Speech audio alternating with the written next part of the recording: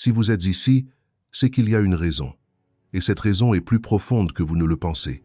Ce n'est pas un hasard si vous tombez sur cette phrase à ce moment précis de votre vie. Car, selon Jung, lorsqu'une personne commence à entendre l'appel de l'inconscient, son ancienne vie commence à se fissurer.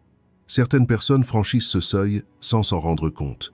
D'autres s'arrêtent. Elles s'arrêtent et ne peuvent réprimer le sentiment que quelque chose est en train de changer. Si, ces derniers temps, vous avez ressenti un malaise inexplicable, une attente vaine ou un détachement silencieux, cette vidéo pourrait vous concerner. Et non, il ne s'agit pas d'un discours de motivation. Il s'agit du récit d'un seuil psychologique. Selon Carl Jung, le véritable changement ne commence jamais de l'extérieur. On croit souvent que sa vie a changé lorsque son travail, ses relations ou son environnement deviennent différents. Mais ce que Jung a observé dans ces cas cliniques au fil des années est tout autre. Le changement commence dans la perception. Il est silencieux, il est vague. Souvent, on ne parvient pas à le nommer. Mais un matin, ils se réveillent et réalisent que ce qu'ils considéraient comme normal ne leur paraît plus pareil.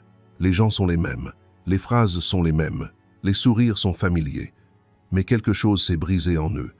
Et cette rupture est d'autant plus dangereuse qu'elle est invisible. Ce moment de rupture perceptive se manifeste généralement par un malaise. Il n'y a pas de problème concret, mais la personne ressent constamment un sentiment d'incomplétude. C'est comme si un détail avait été omis dans le contexte de leur vie. Jung décrit cela comme l'inconscient qui frappe à la porte. Des contenus refoulés, des pulsions intérieures longtemps ignorées et des schémas psychologiques imperceptibles commencent lentement à remonter à la surface. Mais cette émergence ne s'accompagne pas d'un sentiment d'illumination, elle s'accompagne de confusion. La personne commence à se demander « Suis-je en train de changer ?» ou tout cela n'était-il qu'une illusion. À ce stade, beaucoup se blâment. Ils ne font pas confiance à leur perception, ils minimisent ce qu'ils ressentent, car l'aiguisation de la perception n'est pas toujours rassurante. Au contraire, la personne commence à entendre le non-dit, à ressentir la tension sous le regard et à percevoir intuitivement des aspects des autres qu'elle ne peut même pas s'avouer. Selon Jung, il s'agit du premier stade de la perception dissociée. Elle n'est pas encore intégrée à la conscience et représente donc un fardeau. La personne ressent tout sans savoir comment réagir. C'est précisément à ce moment que se produit la rupture perceptive. L'ancienne réalité ne fonctionne plus, mais la nouvelle n'est pas encore établie. Cette phase est souvent associée à la solitude, car la personne dont la perception a été rompue perd son alignement avec les schémas préétablis de l'inconscient collectif. Elle ne rit plus des blagues qui la faisaient rire auparavant. Des conversations qui semblaient insignifiantes deviennent pesantes. Jung appelle cela une dissonance psychologique. La personne commence à se détacher du rythme ou de la direction du groupe social auquel elle appartient. Cependant, ce détachement n'est pas encore conscient. La personne ressent simplement « je ne suis pas à ma place ici ».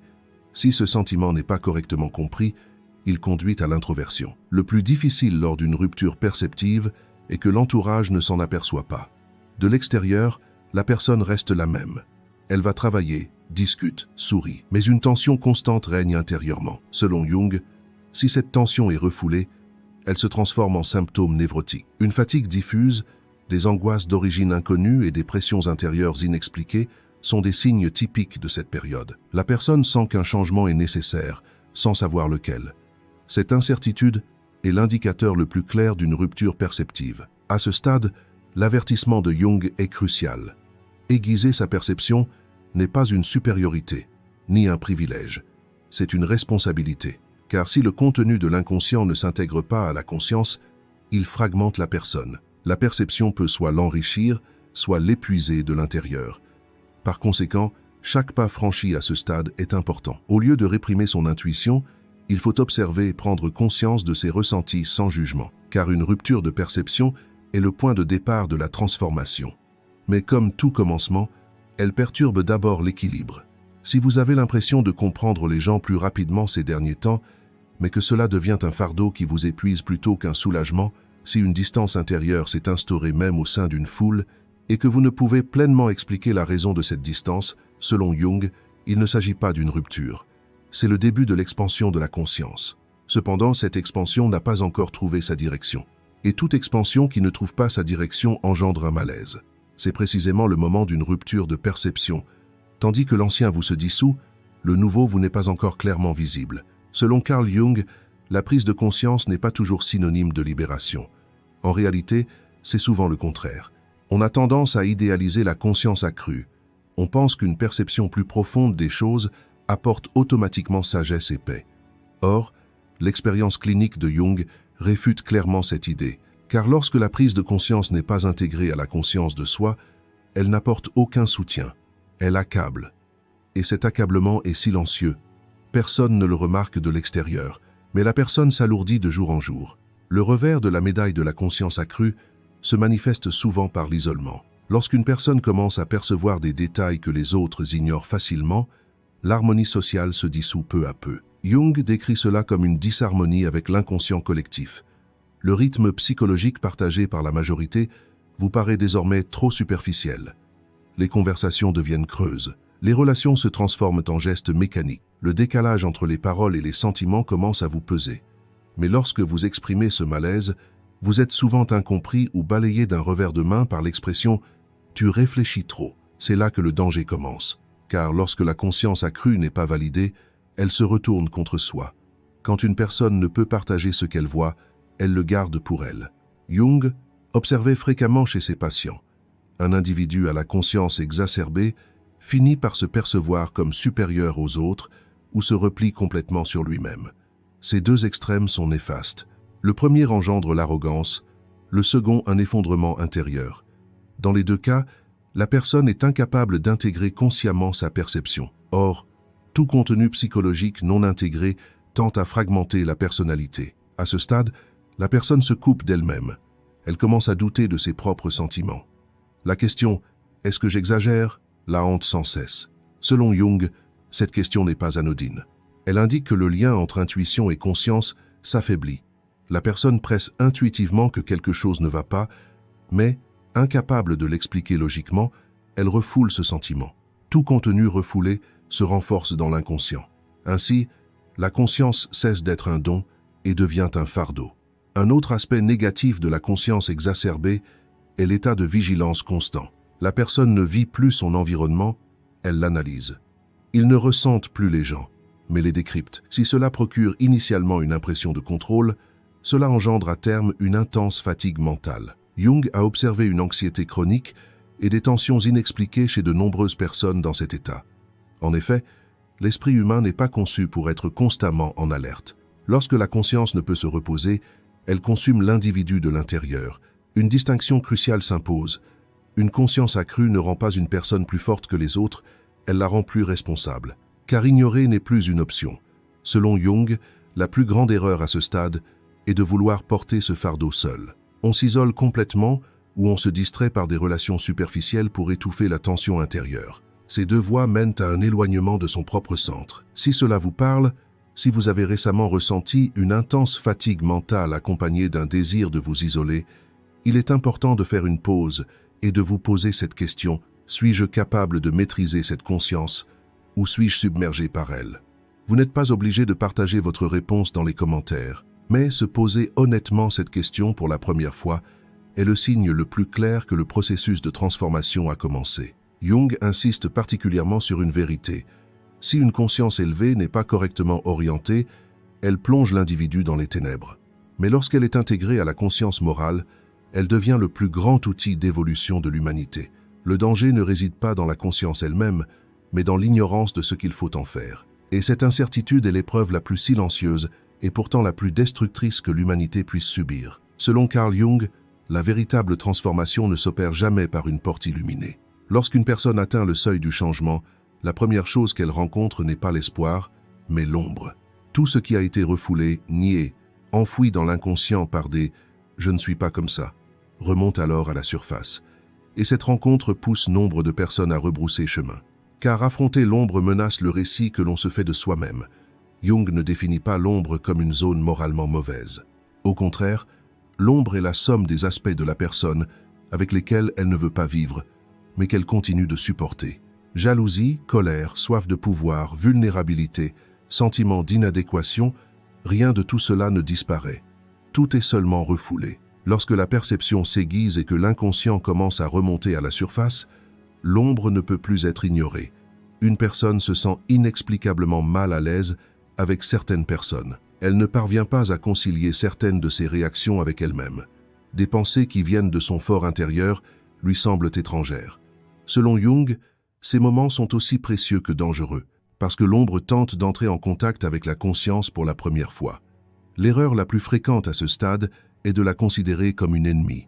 Se définissant comme bonne, mature ou consciente, les personnes rejettent tout ce qu'elles perçoivent dans leur ombre. Jung soutient que ce rejet, à long terme, divise la personnalité. En effet, chaque élément refoulé acquiert un pouvoir indépendant dans l'inconscient et, avec le temps, commence à saboter la personne. Des accès de colère soudains, un sentiment de culpabilité injustifié et des relations autodestructrices sont des manifestations typiques de cette période. La personne ne comprend pas pourquoi, mais a constamment l'impression de faire de mauvais choix. Un autre aspect difficile de la confrontation avec l'ombre est la projection. Les personnes projettent sur les autres des aspects d'elles-mêmes qu'elles ne peuvent accepter. Selon Jung, il s'agit du mécanisme de défense le plus insidieux de l'ombre. La personne ne perçoit pas sa propre colère, mais accuse les autres d'être trop en colère. Elle nie son propre égoïsme, mais qualifie son entourage d'opportuniste. À ce stade, tout en luttant contre le monde extérieur, la personne fuit en réalité son propre monde intérieur. Et cette fuite, à son insu, empoisonne ses relations. Le processus de confrontation avec son ombre s'accompagne donc d'un sentiment de solitude, car lorsqu'une personne prend conscience de certaines vérités sur elle-même, elle ne peut plus maintenir son ancien rôle. Jung appelle cela la fissuration du personnage.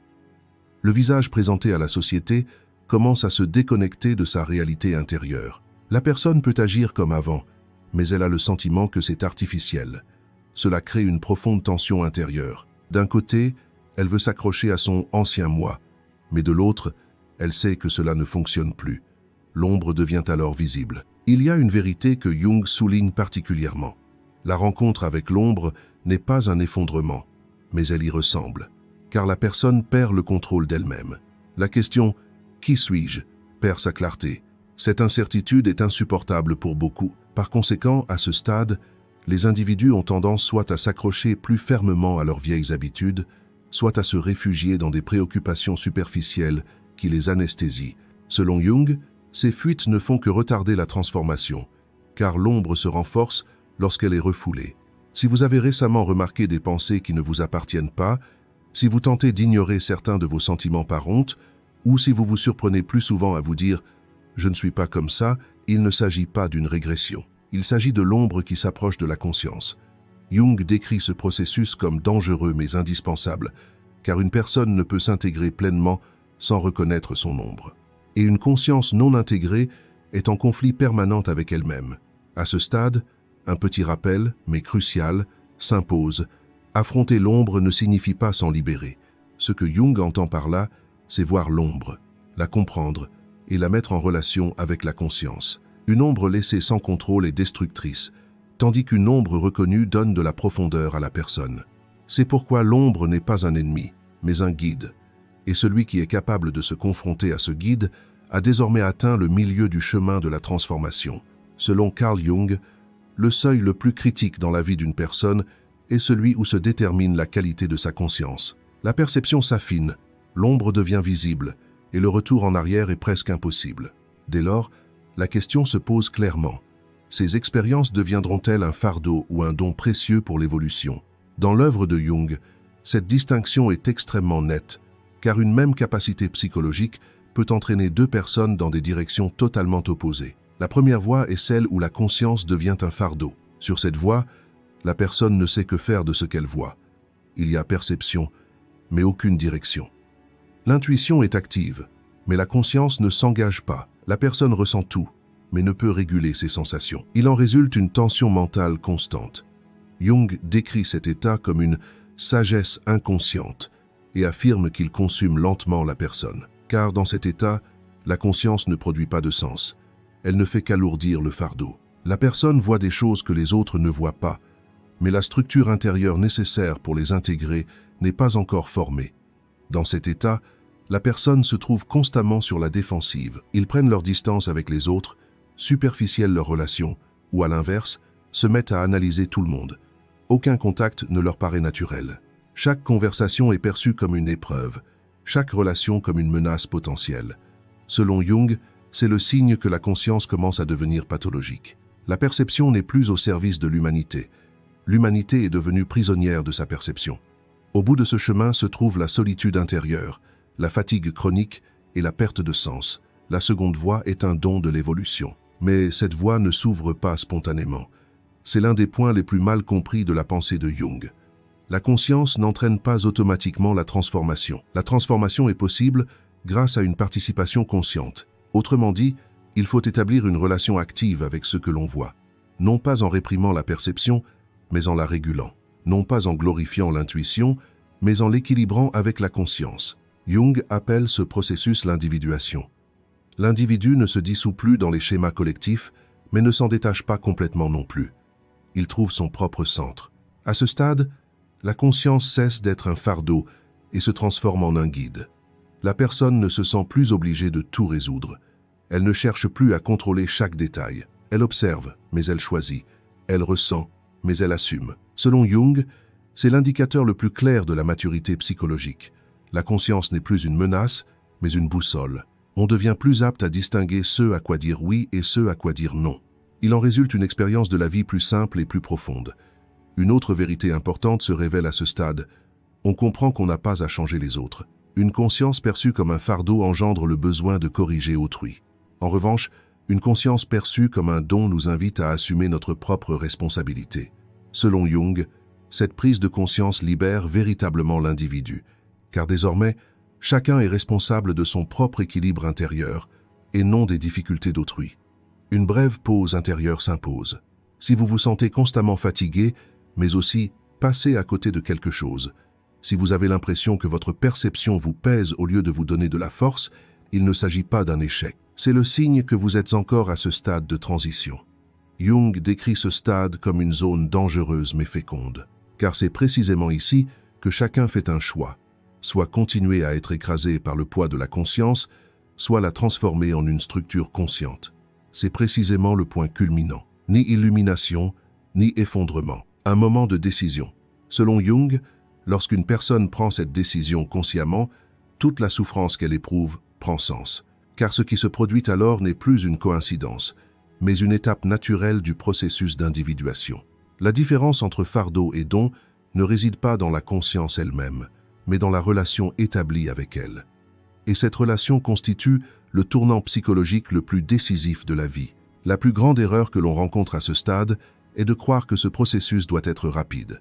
Selon Jung, l'individuation ne peut être précipitée. La transformation de la conscience en don exige de la patience. Durant cette période, on peut parfois avoir l'impression d'avoir pris du retard. Certains jours, tout est clair, tandis que d'autres jours, la même confusion ressurgit. Ces fluctuations ne sont pas une faiblesse, mais l'indication que la conscience cherche à s'adapter à sa nouvelle capacité, car la structure psychologique ne peut tolérer les expansions soudaines. L'expansion n'est durable que lorsqu'elle est lente et maîtrisée. Par conséquent, ce point culminant n'est pas une fin, comme la plupart des gens le pensent, mais le début d'une nouvelle discipline intérieure. On ne peut plus se leurrer. Selon Carl Jung, l'étape la plus mal comprise du processus de transformation concerne les relations. À mesure que la conscience humaine s'éveille, on suppose que tous ceux qui nous entourent devraient évoluer au même rythme. Jung considère cette attente comme un danger manifeste, car l'individuation n'est pas un processus de transformation d'autrui, c'est un processus d'établissement de son propre ordre intérieur. Sans cet ordre intérieur, aucune relation ne peut être véritablement sécurisante. Une relation sécurisante, selon Jung, n'est pas un espace confortable. Au contraire, c'est un espace où l'on peut maintenir un contact avec soi-même. Autrement dit, dans cette relation, on n'a pas besoin de feindre, mais on n'a pas non plus besoin de tout contrôler. Cette distinction est cruciale, car les personnes dont la conscience devient un fardeau oscillent souvent entre deux extrêmes. Soit elles cherchent à se justifier auprès de tous, soit elles se replient complètement sur elles-mêmes. Selon Jung, ces deux attitudes entravent l'intégration. Une relation sécurisante ne crée ni un besoin constant d'explication, ni un besoin constant de se défendre.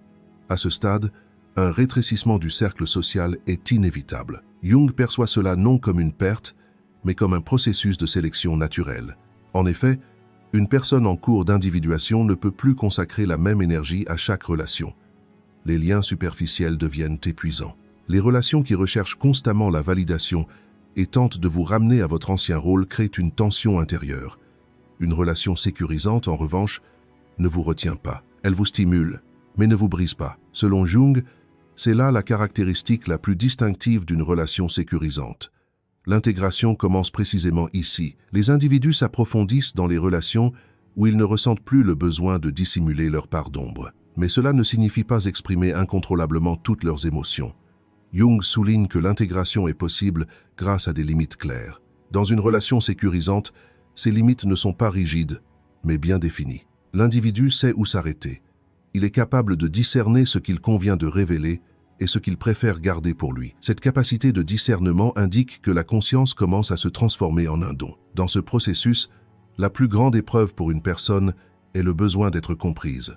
Selon Jung, le désir d'être compris est l'un des obstacles les plus insidieux à l'individuation. En effet, lorsqu'une personne cherche constamment à s'expliquer, son lien intérieur s'affaiblit. Une relation sécurisante n'a pas besoin de vous comprendre parfaitement, mais elle doit pouvoir vous soutenir sans vous déformer. Cette différence modifie fondamentalement le rapport de l'individu au monde social.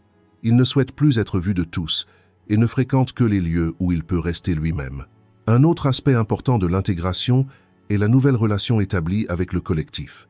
Jung souligne particulièrement que l'individu, une fois individualisé, ne se détache pas de la société. Au contraire, il participe désormais au collectif avec une certaine distance consciente.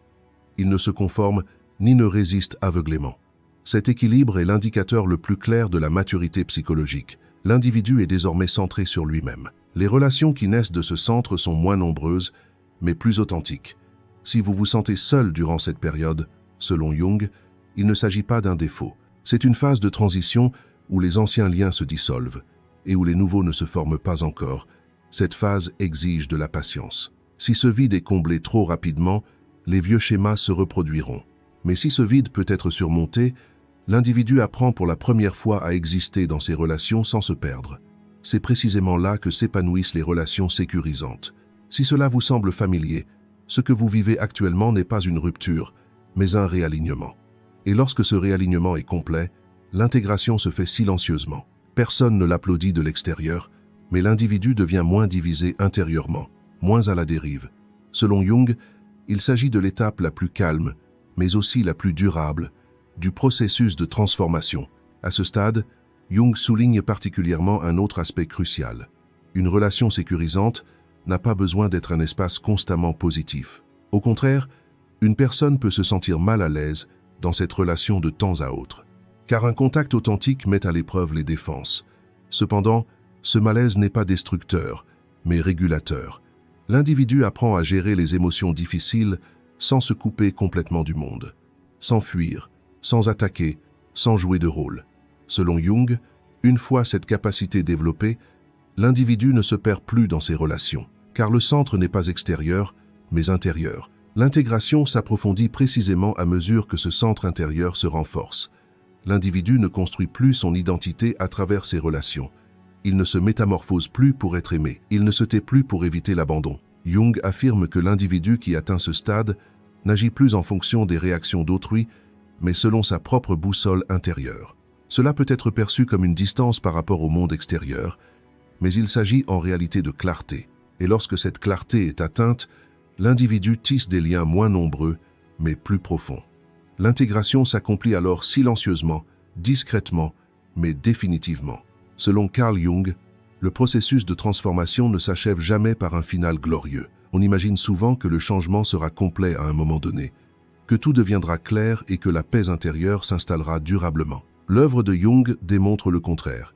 La transformation n'est pas une fin, mais une attitude. Et cette attitude implique un changement radical dans notre rapport à la vie. Par conséquent, cette section n'est pas une conclusion, mais un rappel. Rien de ce qui a été décrit jusqu'ici n'a pour but de vous rendre spécial ou supérieur. Un tel privilège n'existe pas dans la psychologie de Jung. L'acuité de la perception, la rencontre avec l'ombre, l'oscillation de la conscience entre fardeau et don, et l'intégration dans les relations, tous ces éléments sont des processus exigeants, mais inévitables, de la condition humaine. Si ce cheminement a été difficile pour vous, cela ne signifie pas que vous vous êtes trompé de voie. Au contraire, selon Jung, cette difficulté est le signe le plus clair de la réalité du processus. Ce dernier rappel prend ici toute son importance. La transformation ne promet pas de vous rendre plus heureux. Elle vous rend plus authentique. Cela fait de vous une personne qui se ment moins à elle-même, qui établit des limites plus claires et qui n'ignore pas ses contradictions intérieures. Ce n'est pas toujours facile, car les anciennes échappatoires ne fonctionnent plus. Les anciens rôles, les anciennes excuses, les anciennes défenses perdent progressivement leur efficacité. Jung décrit cela comme l'expansion irréversible de la conscience. L'expansion de la conscience ne peut être confinée à des cadres étroits. À ce stade, la seule chose à faire est de renoncer à précipiter le processus. Selon Jung, la précipitation est le pire ennemi de la transformation. Car lorsqu'une personne est forcée d'accepter une conscience qu'elle ne peut pas encore supporter, elle s'effondre. En revanche, lorsque le processus progresse à son propre rythme, la personne devient plus forte sans s'en rendre compte. Cette force est invisible de l'extérieur, mais la personne est moins susceptible d'être influencée. Elle renonce moins à elle-même. Et elle a moins de chances de rester dans la mauvaise direction. Un dernier rappel s'impose. Ce chemin n'est pas fait pour tout le monde. Jung affirme clairement que l'individuation n'est pas un objectif collectif, car ce chemin exige de la responsabilité. Cela exige de chacun qu'il accepte sa part d'ombre, qu'il assume les conséquences de ses décisions et qu'il avance sans blâmer personne. C'est pourquoi beaucoup s'arrêtent à ce stade et font demi-tour. La vérité la plus frappante qu'une personne découvre à ce moment-là est la suivante. Changer, ce n'est pas construire une nouvelle vie, c'est ne plus pouvoir continuer sur sa lancée. Selon Jung, lorsque la conscience s'élargit, on ne peut plus répéter des choix qui nous sont devenus étrangers. On peut rester dans la même relation, conserver le même emploi, vivre dans la même ville, mais on ne peut plus vivre de la même manière.